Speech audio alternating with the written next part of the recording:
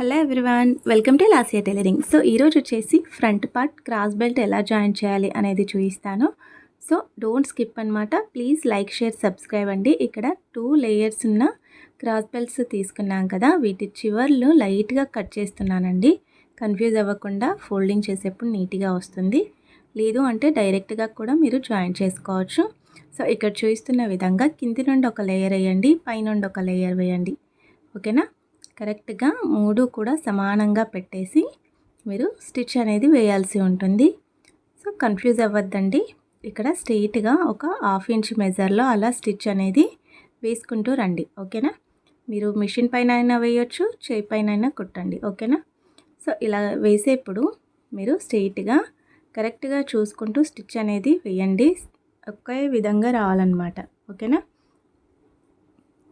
So ఇలా వేసిన తర్వాత ఇలాగ 3 లేయర్స్ని కూడా సమానంగా పట్టుకొని మీరు చివరి వరకు కూడా స్టిచ్ అనేది వేయండి. ఓకేనా?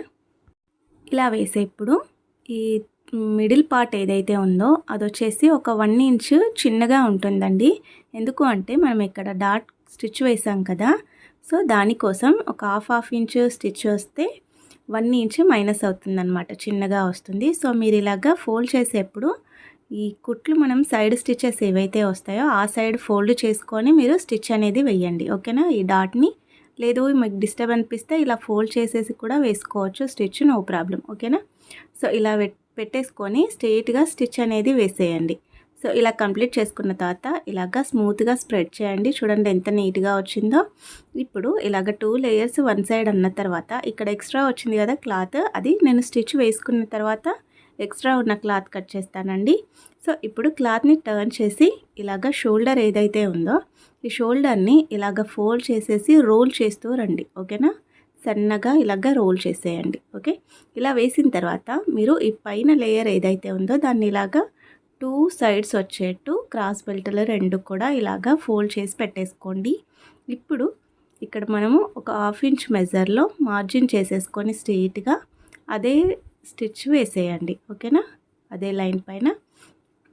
సో ఇలా కంప్లీట్ చేసుకున్న తర్వాత వన్ సైడ్ నుండి మీరు మీకు ఎటైతే వెడల్పు ఎక్కువ ఉంటుందో ఆ సైడ్ నుండి ఇలాగా ఓపెన్ చేసేయండి. నెమ్మదిగా ఓపెన్ చేయండి. ఎందుకు అంటే మనము హ్యాండ్ పైన స్టిచ్ వేసారనుకోండి, స్పీడ్గా తీసేస్తే కుట్లు ఊడొస్తాయండి. సో జాగ్రత్త. ఓకేనా? సో ఇలాగ నీట్గా ఓపెన్ చేసేసి పెట్టేసేయండి. ఎక్స్ట్రా ఉన్న క్లాత్ని ఇక్కడ కట్ చేసేసుకోండి. ఓకేనా? సో చూస్తున్నారు కదా, పర్ఫెక్ట్గా ఉంటుంది. మీరు ఒకవేళ జరీతో బ్లౌజెస్ ఏవైనా స్టిచ్ వేసుకున్నాను కూడా మీకు కుచ్చుకోకుండా ఉంటుంది. సో ఇలాగా స్టిచ్ అనేది వేస్తే సో నీట్గా ఎక్కడా కూడా ఓపెన్స్ అనేవి కనిపించవు అన్నమాట.